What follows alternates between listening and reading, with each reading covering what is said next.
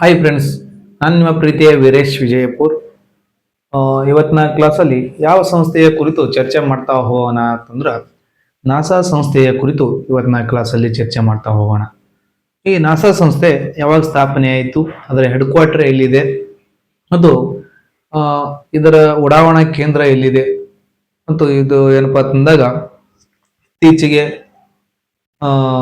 ಯಾವುದರಲ್ಲಿ ಸಹಭಾಗಿತ್ವವನ್ನು ಹೊಂದಿತ್ತು ಅಂತೇಳಿ ಇವತ್ತಿನ ಕ್ಲಾಸಲ್ಲಿ ಚರ್ಚೆ ಮಾಡ್ತಾ ಹೋಗೋಣ. ನೋಡಿ, ಮೊದಲನೇದಾಗಿ ನಾಸಾದ ಫುಲ್ ಫಾರ್ಮ್ ಏನಂತಂದಾಗ National Aeronautics and Space Administration ಅಂತೇಳಿ. National Aeronautics and Space Administration ಅಂತೇಳಿ ಇದರ ಫುಲ್ ಫಾರ್ಮ್ ಆಗಿರ್ತದೆ ಸ್ನೇಹಿತರೆ. ನಾಸಾ ಸಂಸ್ಥೆ ಸ್ಥಾಪನೆಯಾಗಿದ್ದು ಯಾವಾಗಂದಾಗ ಅಕ್ಟೋಬರ್ 1, 1958ರಲ್ಲಿ.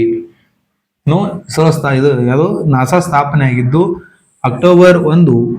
ನೋಡ್ರಿ, ನಾಸಾ ಸ್ಟಾರ್ಟೆಡ್ ಅಕ್ಟೋಬರ್ 1, 1958 ಅಂತೇಳಿ. ಹೌದಾ. ನೆಕ್ಸ್ಟ್ ಇದೇ ಸಂದರ್ಭದಲ್ಲಿ ಭಾರತದಲ್ಲಿ ಒಂದು ಪ್ರಮುಖ ಸಂಸ್ಥೆ ಸ್ಥಾಪನೆ ಆಗುತ್ತಾ. ಆ ಸಂಸ್ಥೆ ಆದಂದಾಗ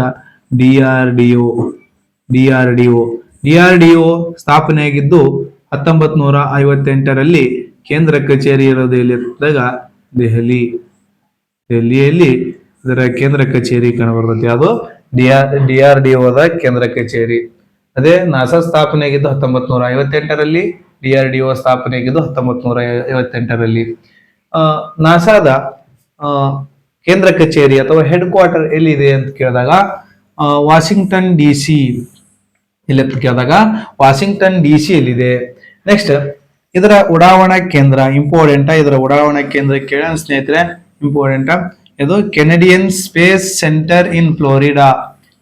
ಕೆನಡಿಯನ್ ಸ್ಪೇಸ್ ಸೆಂಟರ್ ಇನ್ ಫ್ಲೋರಿಡಾದಲ್ಲಿ ಇದರ ನಾಸಾದ ಉಡಾವಣಾ ಕೇಂದ್ರ ಕಂಡು ಬರ್ತತಿ.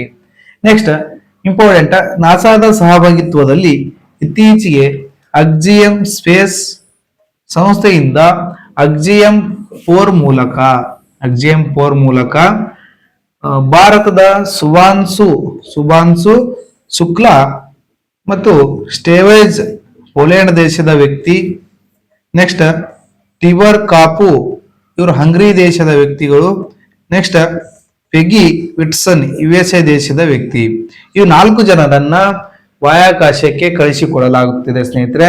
ಯಾವಾಗ 2025 ಜೂನ್ 25ರಂದು ಇದನ್ನ ಉಡಾವಣೆ ಮಾಡಲಾಗಿತ್ತು. ಏನಪ್ಪಾ ಅಂತಂದ್ರೆ ಯಾವ ನೌಕೆಯ ಮೂಲಕ ತಂದಾಗ ಫಾಲ್ಕನ್ 9 ಮೂಲಕ ಈ 4 ಜನರನ್ನ ಹೊತ್ತು ಒಯ್ಯಲಾಗಿದೆ ಆ ಬಾಹ್ಯಾಕಾಶಕ್ಕೆ. ನೆಕ್ಸ್ಟ್ ಅಕ್ಸಿಯಂ ಸ್ಪೇಸ್ ಸಂಸ್ಥೆ ಸ್ಥಾಪನೆಯಾಗಿದ್ದು ಯಾವಾಗ ತಂದಾಗ 2016ರಲ್ಲಿ. ಇದರ ಕೇಂದ್ರ ಕಚೇರಿ ಹೋಸ್ಟನ್ ಅಂತೇಳಿ ಹೇಳ್ತೇವೆ ಸ್ನೇಹಿತರೆ. ಯಾವುದು ಹೋಸ್ಟನ್. ಸ್ಪೇಸ್ ಎಕ್ಸ್ ಸಂಸ್ಥೆ ಸ್ಥಾಪನೆಯಾಗಿದ್ದು 2002ರಲ್ಲಿ. ಇದರ ಕೇಂದ್ರ ಕಚೇರಿಯಲ್ಲಿ ಬಂದಾಗ ಮಾರ್ಚಿಯೋ ಅಂತೇಳಿ.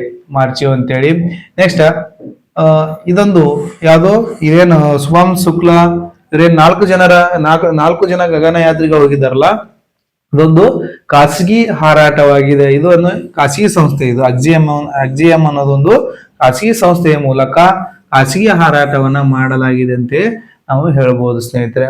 ಇಷ್ಟು ನಾಸಾ ಸಂಸ್ಥೆಯ ಇನ್ಫಾರ್ಮೇಶನ್ ಆಗಿರುತ್ತೆ ಸ್ನೇಹಿತರೆ. ನನ್ನ ವಿಡಿಯೋ ಇಷ್ಟ ಆದರೆ ಲೈಕ್ ಮಾಡಿ, ಶೇರ್ ಮಾಡಿ, ಕಮೆಂಟ್ ಮಾಡಿ.